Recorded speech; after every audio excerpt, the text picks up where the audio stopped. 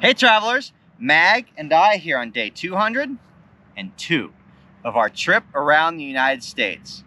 Today is a get her done sort of day. We are covering down on the major last sections of counties and pages we have to finish off the state of Texas. And today is the only day that we're going to turn that DeLorme overlay back on so you can see what we're dealing with.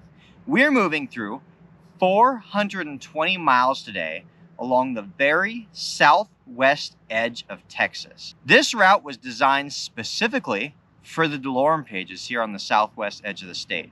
Now, while I've said before with most of the state, you can't really miss the DeLorme pages, that is not the case in this corner. You can very easily miss most of these pages if you don't route along the very, very southern edge of the state, which is why we're out here today on the edge of nowhere. Right now, we're kicking things off here in Maverick County.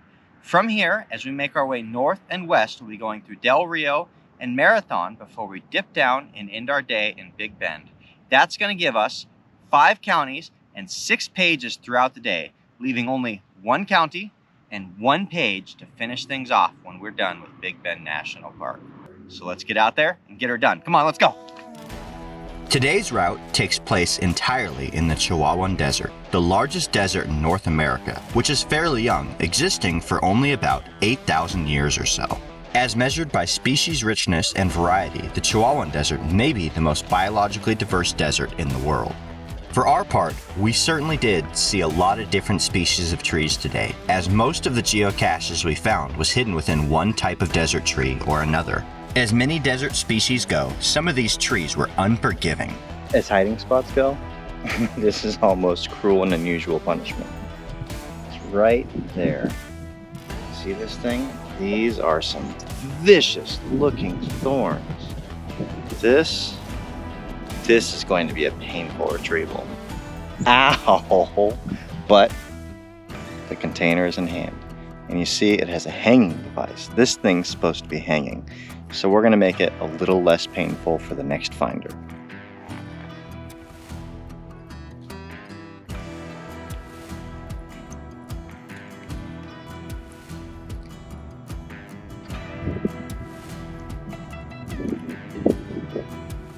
Much better. Most of the towns found along the southwest stretch of Texas are fairly small. Brackettville, as the county seat of Kinney County, has a population of only about 3,000 people. There really didn't seem to be too much to see here in town, but as with any county seat, we could not resist the chance to swing by and have a look at the county courthouse. The city of Del Rio was the lone exception to this small town rule. As the county seat of Valverde County, it features a population of about 35,000 people. It is also the home of Laughlin Air Force Base. This mural is actually fairly humorous to me because it's only meant to be seen from above. And the words written on the ground along the sidewalks, those are just instructions for the airplanes. Check handle, down 3 green flaps, take off. Despite the fairly sizable population here, however, there are very few geocaches to be found within town. This seems to be the case for the majority of cities that border Mexico. After a quick stop by the courthouse, it was back on the trails again. I'm used to that actually. I'm on camera quite a bit these days, aren't I? The coolest part of this long drive through the desert is passing through the many road cuts in the Washita Rock Belt. The road cuts demonstrate excellent exposure of almost vertical rock layers.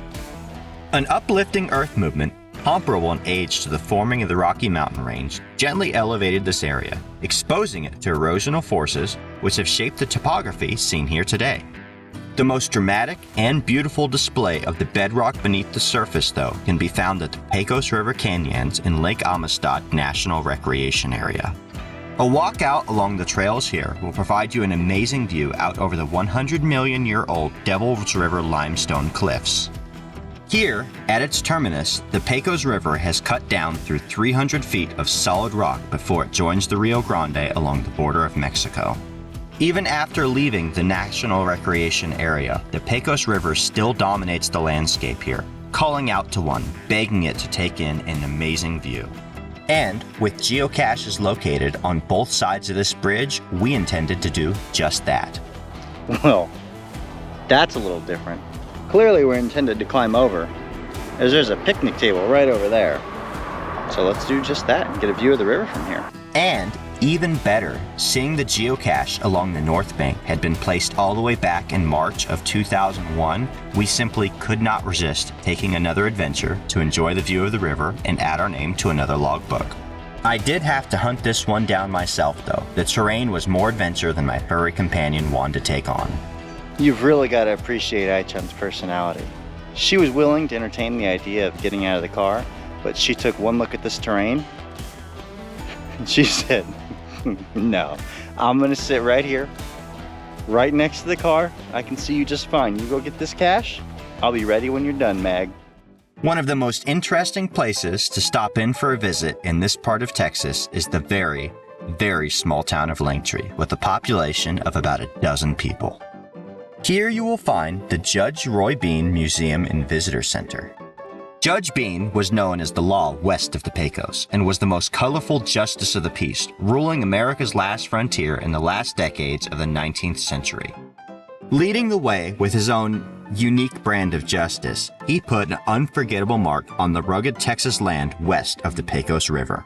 There have been many volumes written about his unconventional code and strange but often expedient decisions pronounced in the combination saloon, billiard hall, and courthouse that he called the Jersey Lily. Over time, the stories about the judge grew and grew until he became a legend, even in his own time.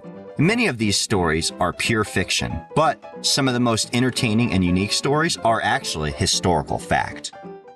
Coming into Sanderson, the county seat of Terrell County, our journey through the small towns continue with a population of only about 850 people here. Unlike many of the other small towns we passed through today, there were quite a few interesting things to see in Sanderson. Not only did we get to see a Veterans Memorial at the courthouse and a great many dinosaurs to greet us on our way into town, but we also got to enjoy a walk through an outdoor art gallery painted on limestone monoliths. Each of these rocks tell a story that relates to Terrell County's history, such as the coming of the railroad, the oil and gas industry, years of ranching, devastating floods, the coming of early man into the area, and of course, many tales about the infamous Judge Roy Bean. After enjoying the art walk, we made our way over to Javelina Hill. Near the top of the hill, under the old water tank, a rugged trail will bring you up to a brand new geocache was placed. So new, in fact, that there were no finders on it yet. So Ai-chan and I were happy to make our way up, enjoy the view, and check the log. There's a moment of truth about to happen right now.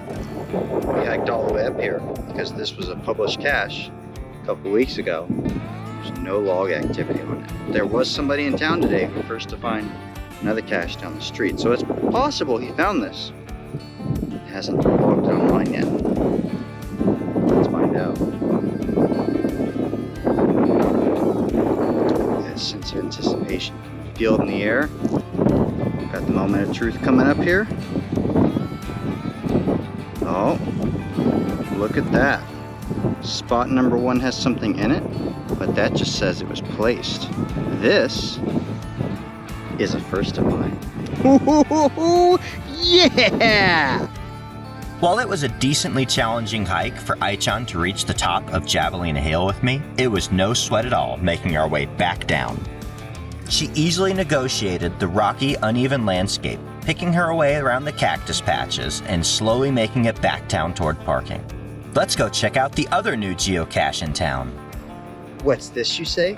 Another potential first to find? Well, we're about to find out, aren't we?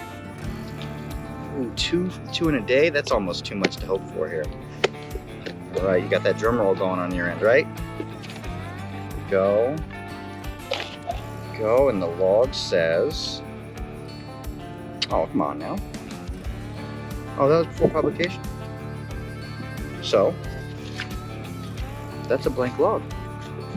That is the hider, which means that, once again, we got a first to find! What? 2 first to finds today. Oh man, this is so exciting right now. By the time we reached Marathon, the sun was beginning to set low in the horizon. There are not many geocaches to be found here in town, but we were pleasantly surprised to find that the majority of them were regular sized. And, even better, they weren't particularly difficult to find. As far as I'm concerned, there are few better ways to end a day like this than with a few ammo can finds and a beautiful sunset over the desert landscape. What a day of geocaching. And that's it. We did it. We managed to cover all 420 miles we had on our route today, and we have made it into Marathon. We are staged just north of Big Bend National Park right now. And while we still have a little bit of daylight on our side, there's nowhere that we're going to be able to sleep in Big Bend tonight, and there's no point of dropping any further into the park. So we're going to call it a night here in Marathon, get our work done, and get ready to set out first thing in the morning tomorrow to take on Big Bend. Despite the massive amount of miles that we had to take on today and the long, lonely roads, which I already expected, it was a darn good day. First of all, the temperature warmed up quite a bit. You'd almost forget that it was just freezing 2 days ago because I've been sweating on and off throughout the day and couldn't be happier about that. We managed to find pretty much all the targets on our list, except the ones we decided not to chase after because they had a bunch of DNFs.